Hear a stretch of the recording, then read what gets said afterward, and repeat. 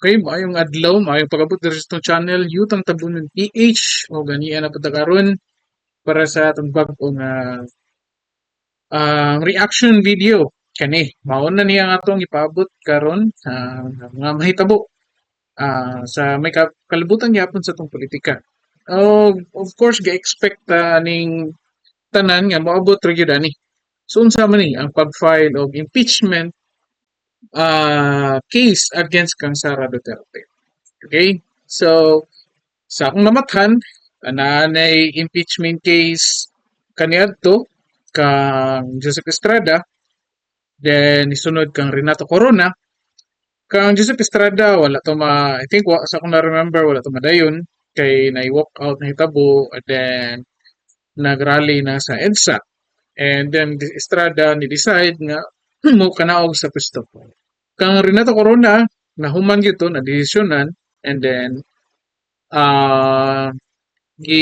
guilty gid ang decision sa Senate ato. O karon kini kalabutan sa kaning impeachment gani against ni kang Vice President Sara Duterte. Of course, atong nahibaw-an, gamay lang ang mga officials sa atong nasod nga pwedeng ma-impeach ang President, ang Vice, ug ang Chief Justice, ug ang head sa COA.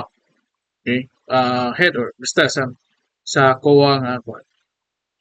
So kanilang sila. And kani karon isa kini sa mga pamaagi nga para pagtangtang sa official sa atong nasod. Sige, atong paminawon sa balita niya, atong hatag komento na kung sa atong tan-aw niini. Labi na sa mga grupo nga ni file o impeachment case against kang VP Sara. Kaya atong tanaw ng balita. Atong speed up lang ito 1.5 para atas pa sa itong buhay. Magandang gabi Dante, anong grounds ba o basihan ng mga complainant para Pwede yung kinatong video, gikuha ni nato sa UNTV nga sa ilang balita. So, I hope dili ta i-copyright. At least, gamit lang ta, hiwam lang ta. Atong balita. mapaalis sa pwesto ang pangalawang pangulo? Magandang gabi June. Pasado nga alas 2 ngayong hapon ay dumating dito sa House of Representatives, partikular sa tanggapan ng Secretary General ng Mababang Kapulungan ng Kongreso ang isang grupo na binubuo ng 17 individual na naghain ng impeachment complaint laban kay Vice President Sara Duterte. Tanawan ninyo palihog, maayo, tanawan ninyo maayo kung kinsa yung mga tawhan na ang naa diri karon nga ni file o impeachment case. So, aron natong ma-evaluate kung kinsa ni sila. Ako na ko'y nailhan diri nya nasa ko mga nihimduman background aning ubang mga tawhana para ma-search na to or matan-aw na kung kinsa ni sila. Subalit June ay naghintay ang mga ito ng mahigit isang oras bago formal na tanggapin ng House Secretary General na si Reginald Velasco. The Office of the Secretary General received an impeachment complaint against Vice President Sara Duterte filed by civil society. The House of Representatives is constitutionally mandated to act on any impeachment complaint filed in accordance with the 1987 Philippine Constitution. Ang reklamo ay inendorso ng Akbayan Party List. Dumating din kanina si dating Senador Leila de Lima sa tanggapan ng Secretary General ng Kamara kasabay ng paghahain ng complaint for impeachment. Nang tanungin natin June kung bakit sumama siya, ito ang naging tugon ng dating mambabatas. Ma'am, nandito sa there's a case filing an impeachment complaint. I will explain to you later. But technically, ma'am, you're just showing support. Oh yes, I'm showing support. I'm accompanying them. All right. Thank you, ma'am. I'm accompanying them because I believe in their cause. Yes, ma'am. Supportahan ko. Dagdag pa ni de Lima, siya rin ang spokesperson ng mga complainant at sinabi nitong kumpleto ang nilalaman ng kaso. 5 grounds ang kanilang binanggit June tulad ng culpable violation of the Constitution, graft and corruption, bribery, betrayal of public trust, and other high crimes. Ang wala lang sa ground ng impeachment complaint ay ang treason. The complaint is duly verified by all the complainants and indicate on what exactly they are attesting to in accordance with the rules of impeachment of the House of Representatives. Samantala, June, naniniwala ang ilang kongresista na hindi direktiba o mandato ang mensahe ni Pangulong Ferdinand Marcos Jr. na huwag sampahan ng impeachment case si Vice President Sara Duterte. Ayon kay One Rider Party List Representative Ramon Rodrigo Gutierrez, magkaiba ang executive branch ng pamahalaan sa pangunguna ng Pangulo at sila naman ay nasa legislative branch. I really don't think that is an order po, no? Kasi that's a different jurisdiction naman ng powers natin. Para kay Gutierrez bilang payo ang sinabi ng Pangulo. Samantala si Lanao del Sur, 1st District Representative Zia Alonto Adyong naman ay sinabing guidance lang ang mensahe ng PBBM. Hindi yun directive, no? It's an appeal actually, if you look at it. Sige. Atos yung i-post dire kadali. Okay, so kung kabantay mo, atong ibalik, pictures na lang, no? Okay, kaning impeachment case, ako dili ko abogado pero nakoy gamay hibaw-an regarding aning impeachment. So sa kansa man ni siya mahitabo, kansa man ni siya ma-push through. Okay? So usa lang ang kinahanglan nga mo file o impeachment case regarding sa usa ka official na impeachable, and then nagkinahanglan na siya at least usa ka congressman nga maoy mo assist niya or maoy mo dawat sa reklamo. Silbi maoy mo represent anang tawhana or anak nga mga grupo. So nahitabo ani karon grupo ni sila o ang lagi tawag o wala lagi nganlan ilang grupo or wala dihang nganlan kung unsa nga grupo, basta group daw ni sila gi-invite or ni file o case. Yeah, 5 ka grounds ang i-identify. And then makita na to dira na sa katong si Father SVD, na si Laila de Lima. Kung ako masayop kaning isa, si kalimut ko sa pangalan, but I think sa time ni Pinoy, appeal ni siya sa Peace Commissioner ni siya, or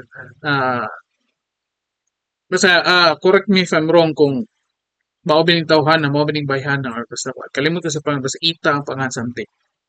Ato i-search na yan, later atong tanaw ng kuhanan niya. Okay?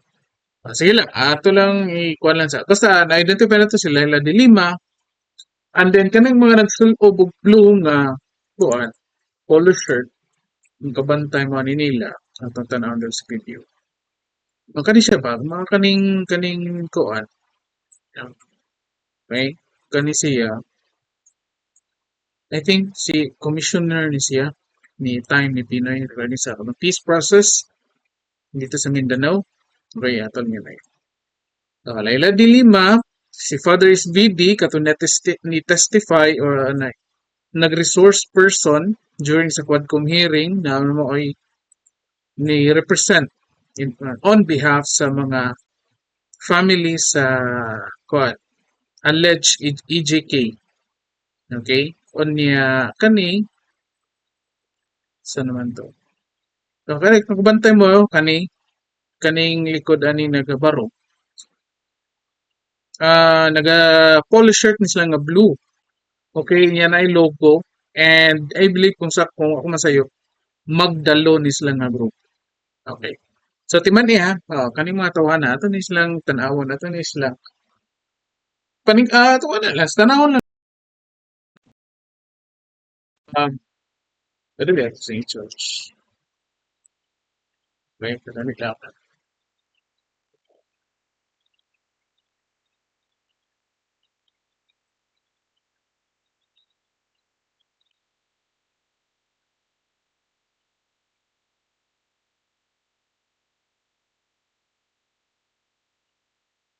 Okay, so charge na ako kadali kiniglo pa to tanto.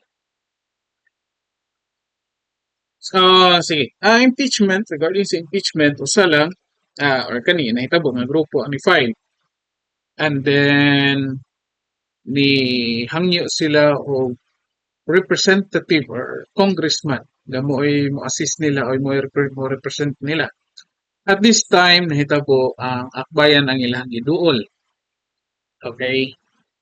So kana so mo na nga naka-file sila og case gidawat dito sa Congress. Well, kung mapadayon ba siya or dili, that's something evaluate dito sa amo ni dawat sa case sa impeachment trial. And of course, katong wala kay balo, kaning para nako, kaning impeachment ni Bisan Kinsa, para it's a waste of time. Ano man? It's just simply a numbers game. So sabot to aning numbers game.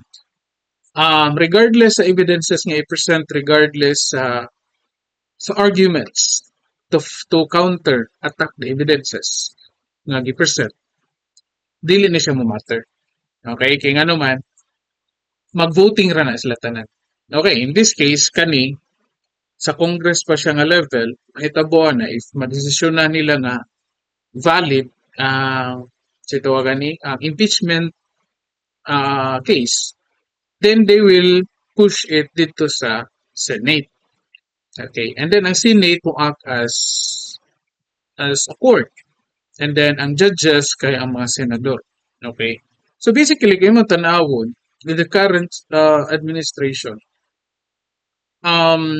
most of the congressmen nga naglingkod diha karon, or let's say more than half, if not all magali, I believe not all kinang giuban niya mga napas side ni Sara Duterte.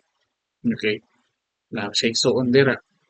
I believe na ay mga taga Mindanao, taga Visayas nga still they believe that Sara or the case is not valid or di ba siya ina kabugaton na kuan.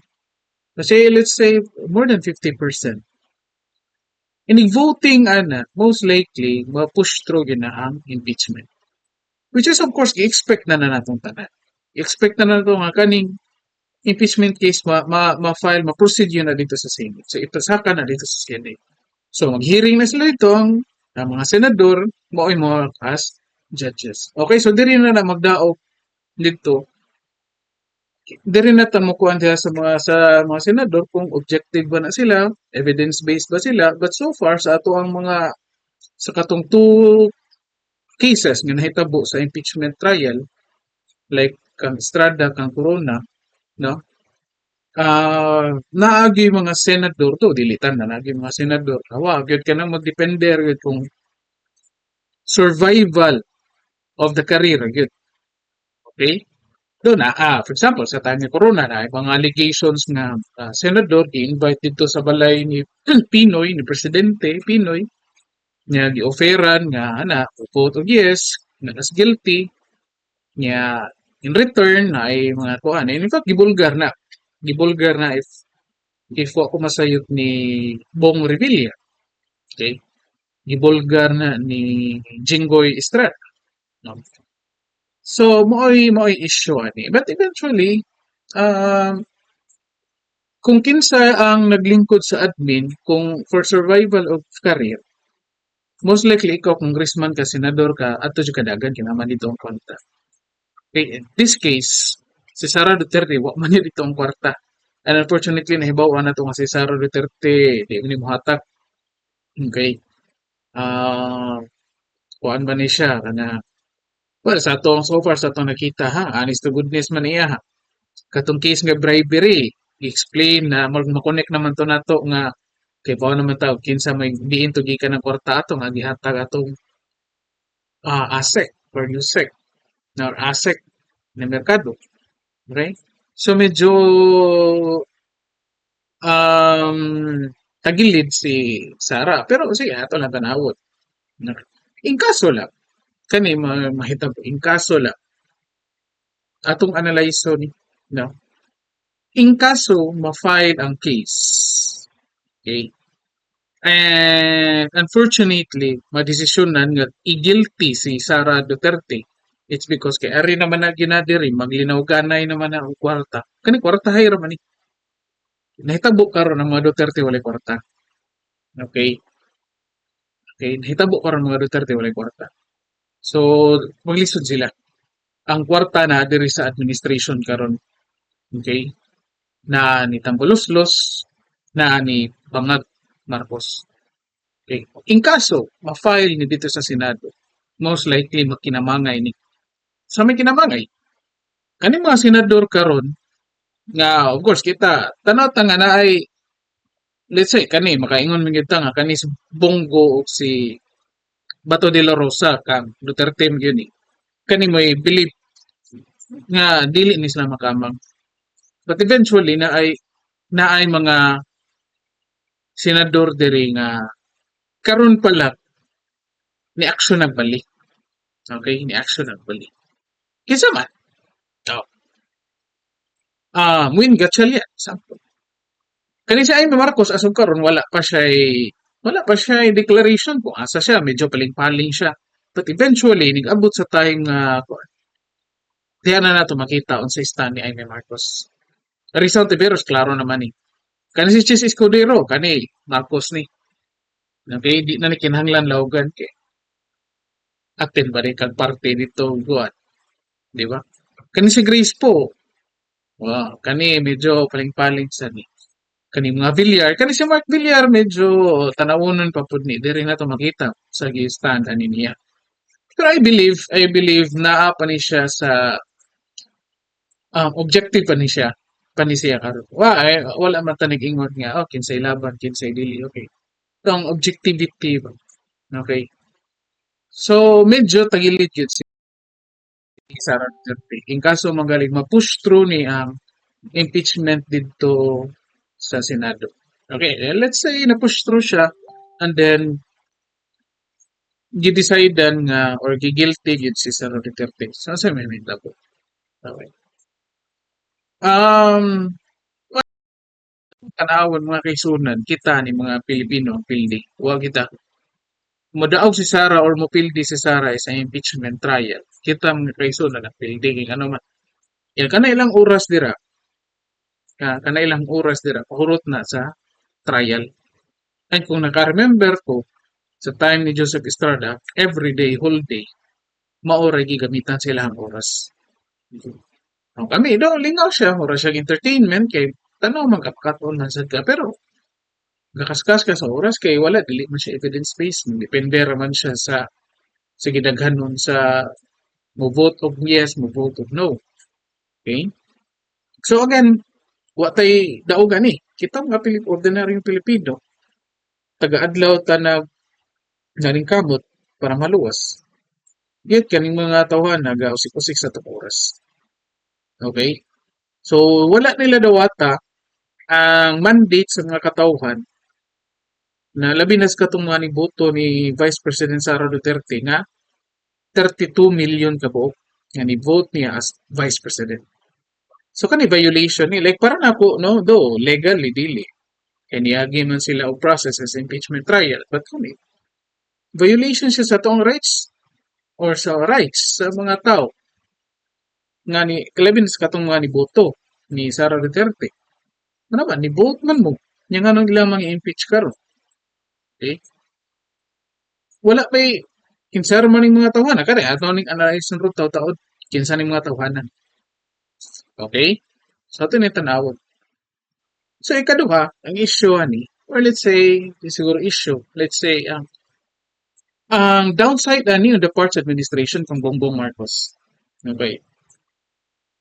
Since gisugda naman ni nila ni backfire na ni sugod kang BBM o kang Martin Romualdez ni Tambaluslos. Ni backfire na kano man gisugdan man nila. And ang mga tao di man ibugo, nakasabot man ni sa unsay mga panghitabo karon. Wala pa lang nila file og impeachment case sa Sara Duterte. Sa kani pa lang panggipit nila sa regarding sa budget ni Sara Duterte. Ang mga tao nakasabot na kung unsay plano ni Martin Romualdez o ni Bongbong Marcos. Again, so wala pa lang ni file og impeachment, ni backfire nagsugod. Tanawa ang mga tao karon asa na. Tanawa ang mga tao, say reaction sa mga tao regarding sa administration ni Bongbong Marcos. Okay. Mostly, if not all, magali negative. I-backfire na sa iyahat. So that is why damage control ni Marcos is advise the Congress na dili mo pursue sa impeachment trial. Dili mo proceed. Again, mo backfire ni. Okay, since naana na dira, eventually, Sara Duterte will be forced to release informations or evidences against kang Lisa Marcos or kang Bongbong Marcos or even kang Martin Romualdez. Okay? So, yapo si Bongbong Marcos. So, kana, pag-file pa lang na, what if ilahag yung gigilty si Sara Duterte na ay 32 milyones ka mga tao nga niboto kang Sara. Okay? O ako ni boto ni Sara, but tungod sa inyong gipangbuhat ani ni Sara Duterte, ako respeto na ako sa mga tao nga ni boto ni Sara, kay eleksyon man ta. Ako nang respeto nila nga, oh sige, daog na ni Sara. Sige, kamo yung kadaog. Wa makadaog ang mga botante, okay lang na. Kay election man ni, democratic country man ni. Mao man itong pamaagi sa pagpili, so I have to respect that one. Sige, bahala. Nya since tungod ni inyong gibuhat, violation ni siya sa katungod sa mga katawhan. Labi na sa katong 32 milyones nga nibotar. Nya karon inyong sapawan. So ako mismo mo-appeal ko dito. Mo-appeal ko dito rally kung kinahanglanon. Mo-appeal ko dito fight. Nga naman, kano magbuhat man mo sa mga katawhan, gibuto man na siya. Okay? So again, pildi, huwag madaog si Sara, pildi kita Pilipino. Kaduha, madaog or pildi si Bongbong Marcos hiyabo ni siya. Si Sara, hiyabo ang administration ni Bongbong Marcos. Moyabo. Okay? Again, manggawas ang baho sa Marcoses, especially kang Bongbong Marcos o kang Lisa Marcos. Appeal si Tambalusos. Manggawas na. Mao ni at nga nato. So that's why kaning mga supporters ni Sara Duterte waiting ra pud na sila nga i-file ni impeachment case. Kay kahibaw na sila moabot gyud na ana impeachment case. Yeah, waiting na sila is because kahibaw sila si Sara Duterte na ay ligong ebidensya against kang Bongbong Marcos ug kang Martin Romualdez. Iya lang nang gikuptan. Iya lang nang gikuptan. Wala pa na siya ipang i-release. Okay? Hopefully, kung ilhag yun ng idayon, then most likely, kitang katag. Okay? So, sige lang ito. Padayon lang na nila. Kita gahawat raman sa ta. Ang say mga hitabo. So, karang-ari tabiri sa mga tao. Analyze ni natin. No? Makita ninyo, mga kaigsunan, Leila de Lima, do wala siya ningon nga appeal ko sa grupo, but she is the representative. O representative ko, nag-appeal. So basically, appeal siya. Okay? Na yung nga ninyo uniform nga blue, magdalo. Okay? Magdalo. Na ay kaning usa, nag-violet, na kaning babae nga tiguang na, I believe ko, sakto akong na-remember, kung sayop ko, i-comment nyo kinsa na siya. Sakto nga ako, kalimutan ko sa pangat, but I believe, under na siya ni Pinoy. No? During sa time ni Pinoy. And then, si Father is BD, katong ni represent. Sige. Bisan di lang sa kana-apilo natin si Father is BD, kanilang sa mga tawhana, Leila de Lima, kani si Ita Rosales, na siguro na siya. Basta, no? Magdalo. Kinsa man ni sila. Again, noon yung mga tawhana supported by Liberal Party. Okay? Liberal Party ni sila. Kung kabantay mo, of course, may nidaog liberal, no, sa mga previous elections. Why nidaog liberal? So basically, ang Liberal Party, nag-waiting na sila kung sa kaning higayon, mga panghitabo. Okay? Ay, by the way, Akbayan set, no? O dihagikan si Risa Hontiveros, Akbayan. Okay? Under na silang Pinoy during the election. Sa mga previous elections, under liberal na sila. Okay? They supported liberal. Though, di ta nato makonclude nga liberal ba yun, usara, but they get support from liberal. Okay? So basically, kaning mga tawhana karon, no? Mo ni mga tawhana mga nag-atang nga mahitabo ning away between the President and the Vice President. Okay? Especially, diri sila nitira sa kang Vice President. Kaya nga naman, Duterte na siya. And kay baluta mga kaigsuunan, sa time sa papa ni Sara Duterte, nga mo'y presidente, si Digong, daghan ni gipangliksan nga mga negosyante nga mo'y supporter sa Liberal Party. Okay? O, bisan na itong i-mention diri. Pangilinan. Maynila katong Pangilinan, negosyo ana mga kuan man nga kanang na sa gobyerno service provider nga kuan ba? Maynila, PLDT, di ba? Unsa pa man? Kanang mga Sisilex, Inlex, SLEX, under ng Pangilinan, most likely, or most of the time, kanang mga PPP na projects ni Pinoy sa una, sila'y makakuha na Sisilex. Dito sa Cebu, Sisilex. Si Pangilinan man di ba? Private-public partnership. No, di ba?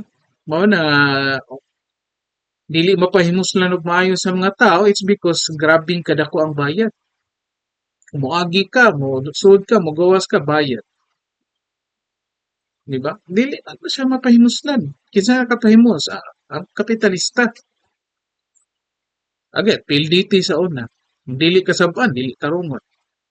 Kinsa pa man, lusyutan. O, wala na paningla. Yung tax, before ni Duterte, nga 13 na po utangan na. O, mga Lopez, mga ABS-CBN, mga tag-iya. Kani, usa ni sa mga dagko na mga negosyante nga mo'y supporter sa liberal. And gigukod ni sila sa time ni Digong. Yung ano man, why klaro ang bayad sa tax. Nagbinuang, giilad lang ang mga tao. Okay? So, atong analyson, dili bakaha, no? Kaning mga negosyantiha, usa sa mga ni-back up ani, as a revenge nga to kang Digong ni Duterte. It could be revenge, no? Could be revenge. Or it could be pugnan si Sara Duterte nga makapwesto sa 2028 elections kay ngano man most likely gukuron gihapon ni mga tawhan. Okay? Mao ni nagpalikod. So gahuwat ang kaning Liberal Party nga may gingunani ang situation karon sa Pilipinas para mo take advantage sila. Mao nilang gibuhat karon. Okay? So basically mga kaigsunan, inyo ni timan-an mga tawhana nga kani wala sila ganahon na sa kayuhan sa katawhan. Ganahuna ni sila sa kayuhan sa ilahang mga benefactors.